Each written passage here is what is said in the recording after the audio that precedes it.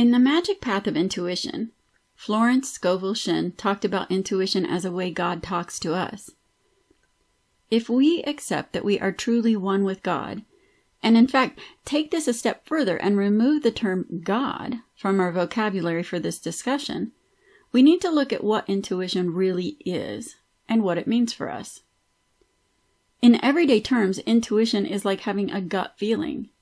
It's when you just know something is right or wrong, even though you can't exactly explain why.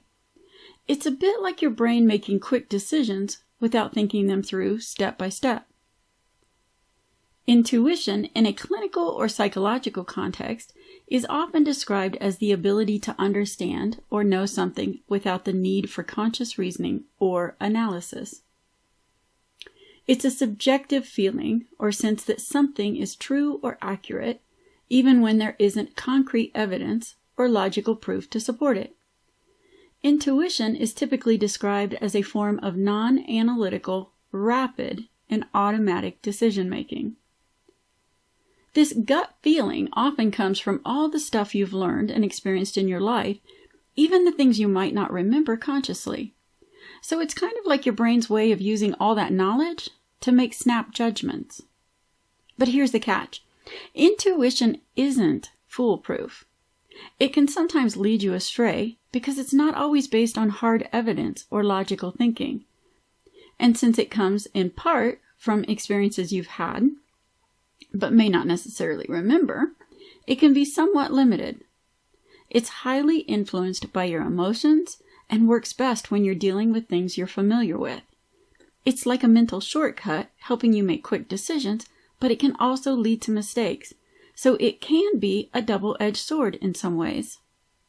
Shinn teaches that we can cultivate our intuitive abilities, and that one way to do this is through affirmations before sleep, wherein we direct our subconscious to have the answers we need when we wake.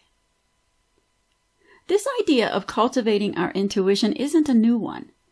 When you cultivate and expand your intuition, it can be a valuable skill in various aspects of life, including decision-making, problem-solving, and personal growth.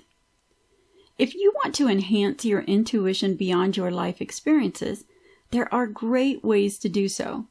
The first, meditation, mindfulness, and journaling, are suggestions you will likely hear just about everywhere. It's good advice, but I want to share with you some other ways. One of those is to actually trust your gut feelings. A common experience that virtually everyone has had at some point is the feeling of forgetting something right before walking out the door.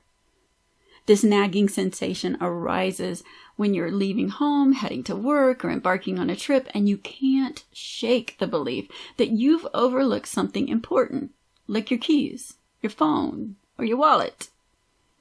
It's a universal feeling that leaves you retracing your steps to ensure you haven't left anything crucial behind, or leaving without looking and taking a chance you'll later regret it. In a situation like that, do what your gut guides you to do. Go look or take the chance and leave. You might discover that your gut was trying to tell you something important, whether it's confirming that you did, in fact, forget your keys, or that you're just a wonderfully forgetful genius who doesn't need them. Trust your gut. It might be onto something, or just in for a good laugh. Another really great way to cultivate your intuitive abilities is to read. Read a variety of types of things, from social media to magazines in the checkout line to textbooks. Or, if you really don't like reading, go to my playlist, choose a book, and I'll read it to you. Reading expands your knowledge base. Even if you aren't fully comprehending everything you read, every piece you read is like adding a tool to your subconscious tool belt. It's a way of saying to your inner self, hey, subconscious, you now have a vast toolkit to tackle life's mysteries, from deciphering cryptic tweets to decoding the secrets of the universe.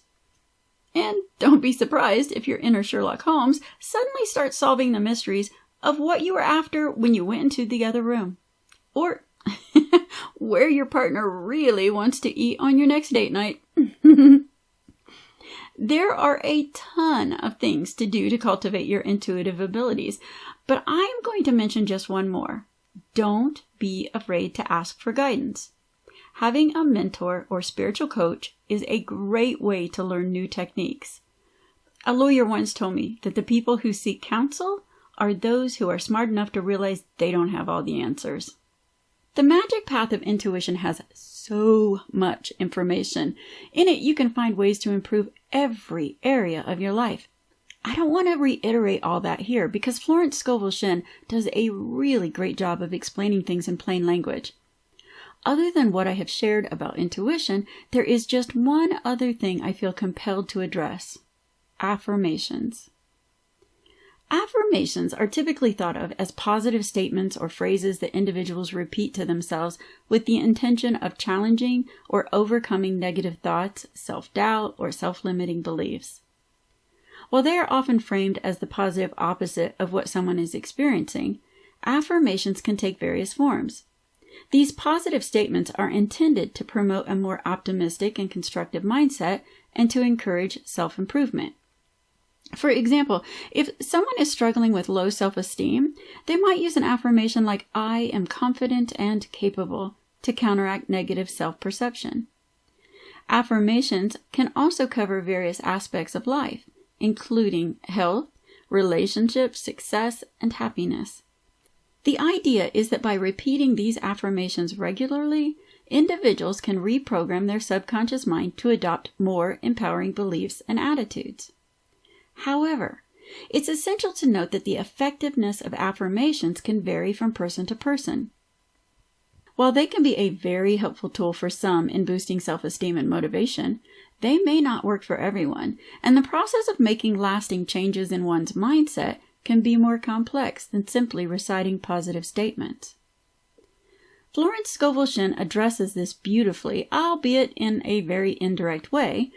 Instead of the positive statement that is in direct opposition to the negative circumstance, Shinn wants you to use a different kind of affirmation. Her affirmations are quite expansive. If I find myself weighing 300 pounds and aspiring to reach 120 pounds, I could, theoretically, repeat the phrase, "I am a beautifully svelte 120-pound woman," every day for the rest of my life. However, rather than effectively altering my perception, this practice might, in fact, achieve the opposite effect.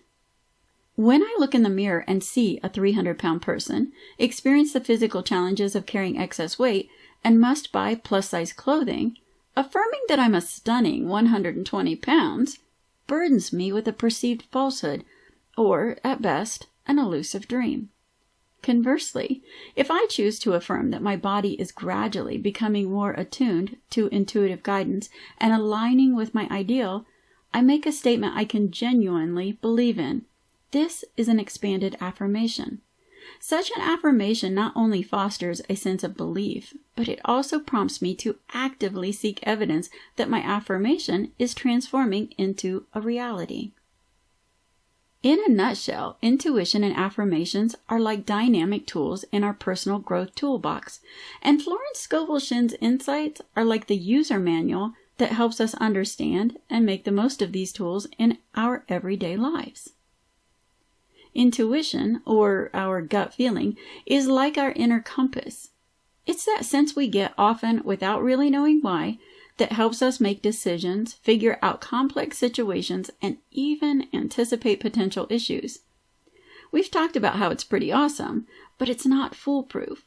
Sometimes it can lead us astray, especially when our emotions are running high or when we're treading unfamiliar ground. However, when we nurture and trust it, our intuition becomes a super helpful guide, steering us toward better decisions and giving us insights we might otherwise miss. Affirmations, on the other hand, are our positive self-talk. They're those uplifting statements or phrases we repeat to ourselves to counter negative thoughts, boost our self-esteem, and set a positive tone for our day. They're like small stepping stones to help us build a more optimistic and empowering mindset. While they might not work instant miracles for everyone, they do lay the foundation for lasting changes in our beliefs, attitudes, and actions. With consistent practice and genuine belief, this more expansive version of affirmations can genuinely transform our lives. Florence Scovel Shinn's teachings act as our guide through this personal growth journey.